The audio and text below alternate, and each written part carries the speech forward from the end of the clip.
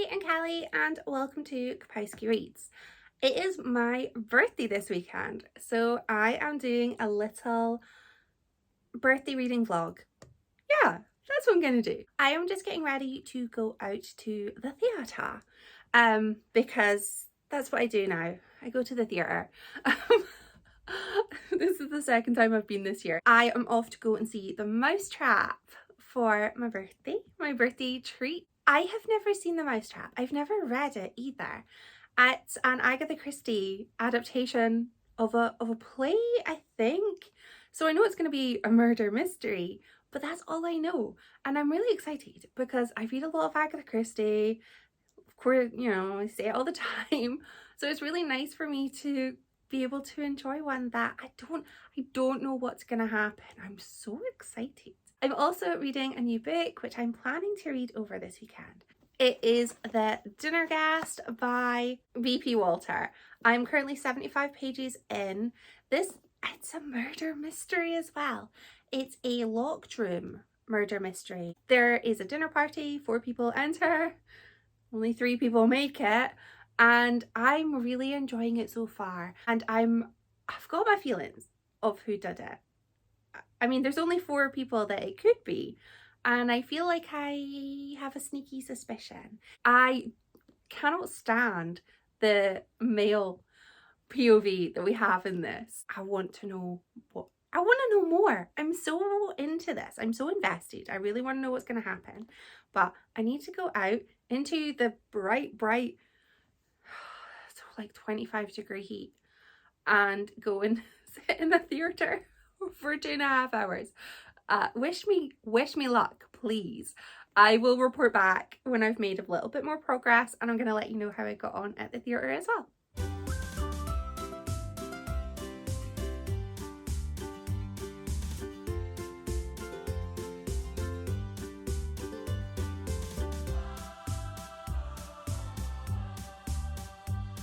The Mousetrap was amazing. I can see why it's been popular for 70 years. It was such a good production. I really enjoyed it. We both did. And I really liked going into it having no real idea of what the plot was going to be other than a murder mystery, because I had so much fun trying to work out who did it, and I was wrong. I was so wrong. I had all of these suspects and none of them were right, and I didn't expect it to be so funny, but I don't know why, because when I saw the mirror cracked a few months ago, there were some moments of comedy, and The Mousetrap had a huge amount of comic relief. I was chuckling heartily. So I had so much fun at the theatre, and we just went to Slane's Castle, which is the name of a bar. We went there for dinner first and just got some nice food. It was so warm that we just didn't really feel like a big dinner, so just got some little sort of snacky things. But it was really tasty and it was a really nice night.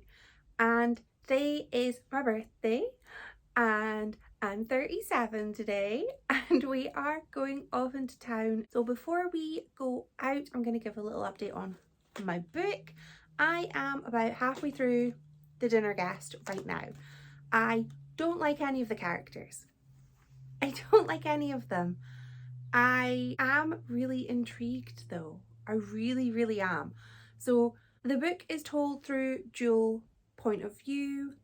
We've got Charlie, who is a very one-dimensional, beautiful person who I'm very confused about what he does in the book, because there are moments where it's made out as if his entire job is done through Instagram, but then he goes to an office and it's not clear what he has an office for, but he has colleagues at the office, so there we are. And Rachel, who has come to London as a woman on a mission. She's seen an Instagram post, I can only assume it's Charlie's post, and that's brought her to London to seek some sort of, I think, revenge. I'm not sure who she is seeking revenge for or against. It's not really clear yet. The book jumps about through time as well as through those dual POVs. So I know the murder. I know who has been murdered, and I know nothing about why they've been murdered. I don't know if I'm enjoying this book, but I want to know why. I want the why. So I suppose that I'm enjoying it enough to keep going with it. I will be reading another book during this vlog though, because I cannot have a birthday vlog where I have a book that's just, it's okay, I'm only reading it because I want to know why. That doesn't sound like the spirit of a birthday vlog. So I do plan to finish this probably this evening, and then I will be reading something else that is going to be either more fun or just more enjoyable. But I'm going to go off to town and go and have some nice eats and drinks, and I'll report back.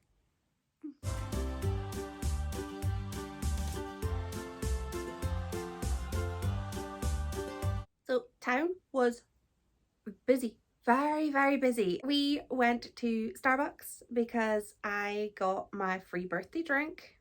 Thank you, Starbucks. And then we went to Mackie's, which is our ice cream parlour, because we have an ice cream shop in Aberdeen and it's amazing.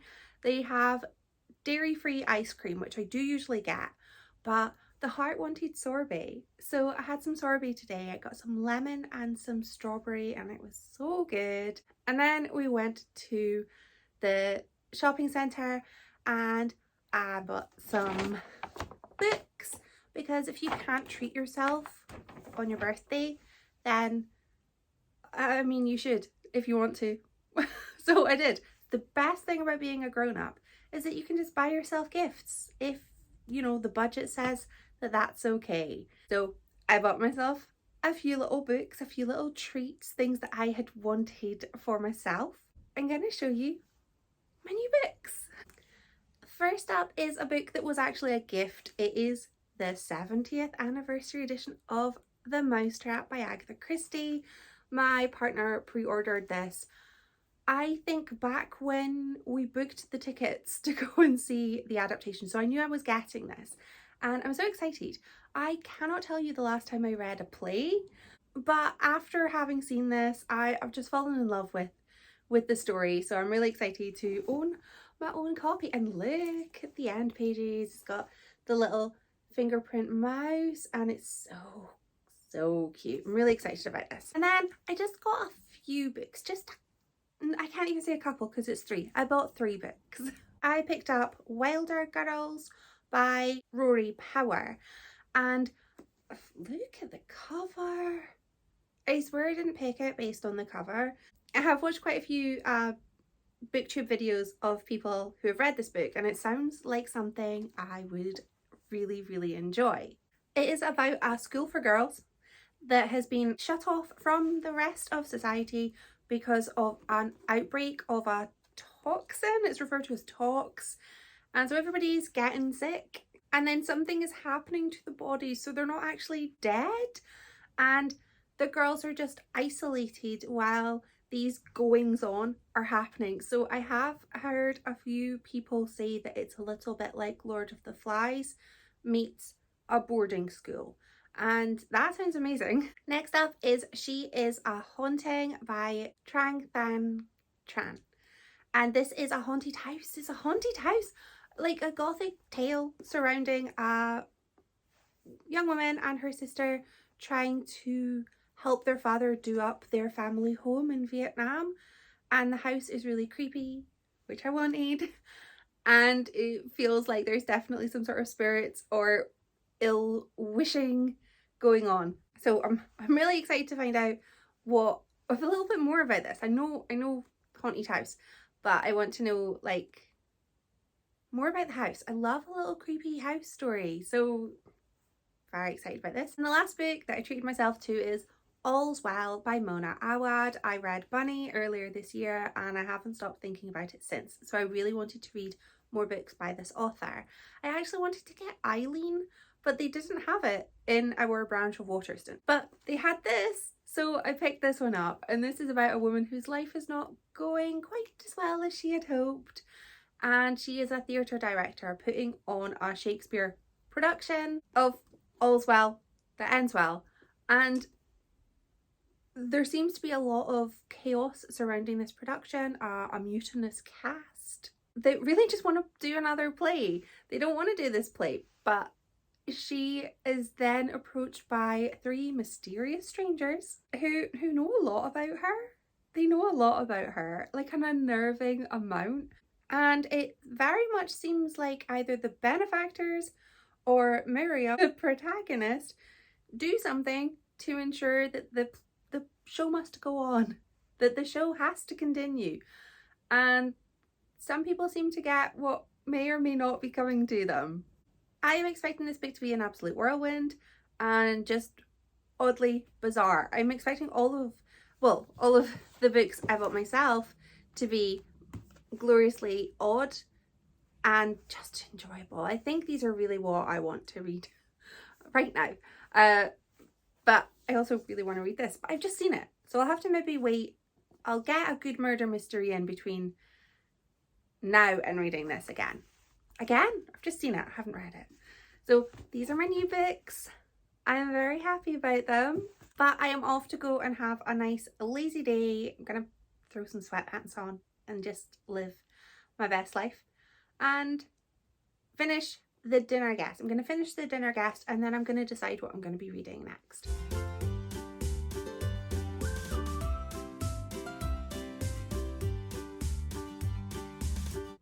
Much has happened since last we spoke. I have my tiny coffee, which actually matches my nails. That is a level of coordination that was unplanned, but is appreciated. I have finished, the dinner guest, and I was right. I was right about who done it. And I had said previously I wasn't overly enjoying it, just because I read a lot of murder mysteries. And I love murder mysteries. So I think because I read so many of them, if one is not super strong, it very much shows. I knew who did it. I knew it not straight away, but pretty early on who it was that was the guilty party. I just didn't know why. So I did enjoy reading to find out why they did it, but the grand reveal enraged me. It made me angry, and it was, I don't want to say it was stupid, but I can't think of another word. I hated the rationale behind the murder, because I feel like in a murder mystery there has to be like a reason to sort of justify somebody taking such an extreme action, especially the way that the way that Matthew was taken out. It was so graphic and it was so violent that the reason behind it, I just thought, I didn't buy it. I didn't buy it. I felt so underwhelmed. I ended up giving it 1 star. Well, 1.5 on StoryGraph, but Waterston's Goodreads doesn't let you give halfsies. So I rounded it down because I was enraged. It was just annoying rich people being annoying, and I didn't enjoy it, and I felt so sad. So then I thought, I cannot have a birthday reading vlog with a 1 star. That doesn't feel fair. That doesn't feel fair to me. It doesn't feel fair to anybody watching it. No. So then I had to rethink and was like, oh, what do I have? So I looked at my Kindle and I thought I was going to read In the Lives of Puppets by TJ Klune, because I started reading this book 5 weeks ago and I hadn't finished it. So I thought, I'm partway through, not a huge bit, but I'll go in and, be guaranteed some warm and fuzzy coziness, because that's what I've grown to expect from TJ Klune. And I did not get that. No. This book is almost a retelling of Pinocchio, which I think was my first, you know, red flag, because I don't enjoy Pinocchio. I didn't like the book as a child. I didn't like the film as a child either. But I thought, you know, a reimagining, I love reimaginings of things I haven't previously liked. I mean, try and tear me away from a Peter Pan rewrite. I love them. And I hate Peter Pan. He's creepy. So I thought, oh, do you know what? It'll be fine. I'm sure I'll enjoy it. And I loved the prologue. I read that 5 weeks ago and thought, this book's going to be fantastic. And then over the course of the last few weeks, I've been dipping in here and there, reading a chapter, but never reading more than one. So I settled down last night and thought, no, come on, I'm gonna get a good book this vlog. And I DNF'd it. I've DNF'd a TJ Clune. Does that get me kicked out of BookTube? But because I hope not. But this book, it felt, I can only describe it as, it felt like somebody else had written a book and said, it's TJ Clune, and tried to write in his style, but it wasn't his style. I've only read 2 of his books though. I've only read The House in the Cerulean Sea and Under the Whispering Door, but they were heartwarming. They had a lovable cast. They had the big event that happened relatively near the start of the book, so that you were sucked in, then you got to meet all these people and just fall in love, get ready to have your heart broken. But with this, I DNF'd at about 30% of the book, which I think, I was on my Kindle, and I believe that that's maybe 120 pages in, and the big event had not happened. And I was bored. I was bored. I didn't like any of the characters other than Rambo, who's a tiny little Hoover, and I think I just loved him because he's tiny and small and just wants to be loved, and I want to love him. But the rest of the characters, they were very one note, and I just felt like, where's the heart? Where's the soul? I wasn't ready to sob hysterically for any of these characters. And I feel like I'm trying really hard to not stick with books that I don't want to, because there's a lot of books in the world and I would like to read them. I'd like to read as many as I can. And I had about 3.5 hours left of reading time with this book, and I just couldn't. I didn't want to. I did not want to devote another 3.5 hours to that book. So I'm DNFing like a literary darling, and I feel so bad, especially because a bunch of my friends went to go and see his book launch of this book, and they got the pretty covers and they're all signed, and I feel so bad that I'm here going, I didn't like it, I'm DNFing it. But I feel like sometimes you have to DNF a book, but do not fear, because third book was the charm so far. This vlog is not cursed, I hope. I started reading a different book. I went with Let's Play Murder by Kezia Lupo. I am now halfway through, and I only picked it up this morning, so what does that say about it? It says good things. Again, it looks like I Want Murder Mystery. This is set in a virtual reality game called The Game. There's a huge prize, like a life-changing prize, probably money, power, fame, that kind of thing. And this young woman has been sucked in, but she doesn't want to. She doesn't want to play this game. She was playing virtual reality in the hospital with her little brother because he wanted to play. Then she's ended up in this virtual reality game that she can't get out of until it's been won. And she's like, my brother's sick. I kind of need to get back to him. And they're like, oh, what a shame. That sucks. You're stuck here though. And I really like this game instantly. I really liked the fact that it's set in the 80s. I was born in 86. I've got warm and fuzzies towards the 80s style and vernacular. Just, you know, it was a good time for films and pop culture. So were the 90s. There was a lot of good times for film and pop culture, but 80s has a lot of good stuff. So I'm really liking this. I'm really liking the cast is a diverse group of teenagers. There are characters of colour. Our protagonist is a black woman who is hard of hearing. She has hearing aids. And I really like having a protagonist who is in a gaming novel and she doesn't game. So I love what this sounds so bad, right? What I'm thinking when it comes to this book is that it's what I wanted Ready Player One to be, because I read Ready Player One. I did not like Ready Player One. I'm finished part one, but I think there's actually 4 parts of the book. So the last 3 parts are the same length as the first, but I'm loving it so far. Part one has ended with an unexpected murder, so it's not part of the game, and I think it's gonna get a little slashy from now on. I'm very hopeful. This is gonna end up like a sort of locked room mystery because there's snow in this game. It can only be somebody in the house. I'm really enjoying this book. I only read for an hour this morning and I'm 150 pages in because it's such a quick read. The font is generous. It's not really 150 pages. I've not whizzed along.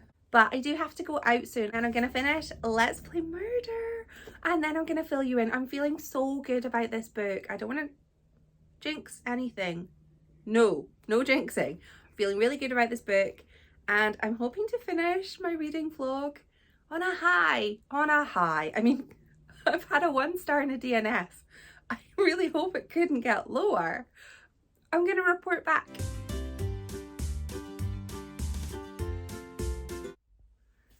I have finished Let's Play Murder and I realised I didn't really give a good explanation of what the book is even about.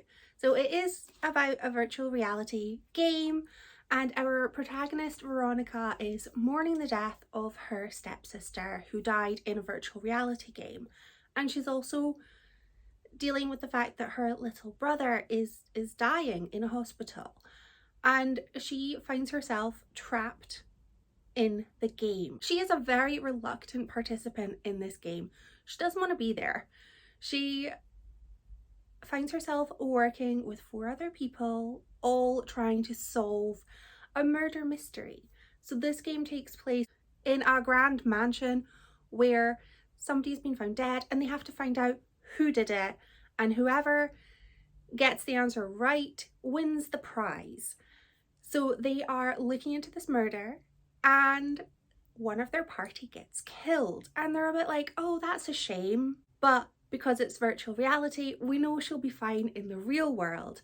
But not so, because it turns out that if you die in the game, you die in the real world. And it's not supposed to be that way, but turns out it is. And it can only be one of the 5 contestants, well, 4, who's doing the murder. And I really enjoyed this. It was a really fun spin on a murder mystery because they are looking into the whodunit, but they're also looking into who's doing it, because it can't be the same person, because the original murder mystery is all make-believe for the game. I liked all of the characters. They were also diverse. They just really felt like different people, and there was a character called Charlie who was awful. She was awful, but she was also my favourite. She was so mean. She was just your classic mean girl, but she had a heart of gold. So I like that. I like that unexpected twist from her. I feel like this book so easily could have just had stereotypical characters, but it didn't. It had likeable characters. I really enjoyed this, and I'd like to read more books by this author. I know that she's got a fair few, so I will be looking up some of those. And I just thought it was fun. It was a fun murder mystery. This book actually had 2 of my favourite things from fiction. 1, a murder mystery in a grand home. Technically that might be 2 things. But also, unreliable narrator. Oh, I love an unreliable narrator. It just, it gives me something extra. I really like when I cannot trust what I'm reading, and this book had a fair few moments where I was taken aback. I was shocked. I did not expect it. I did not see it coming, and I loved it. This was such a fun read, and I mean, I only have this book because I saw it advertised so many places and thought, oh, well, that sounds amazing. And it turns out that on this occasion, targeted sponsored ads really worked for me because I loved this. It was so fun and it was so enjoyable. So I can only say that after reading this, my birthday reading vlog, I have to say, has been a success. Yes, I didn't enjoy one book, but I didn't enjoy it, but I was compelled to finish reading it. And I think that that has to give some credit. I had a DNF and I had a book that I loved. So success all round. I'd love to know how your reading has been, and let me know if you've read any of these books or if you intend to. Thank you for watching. Bye!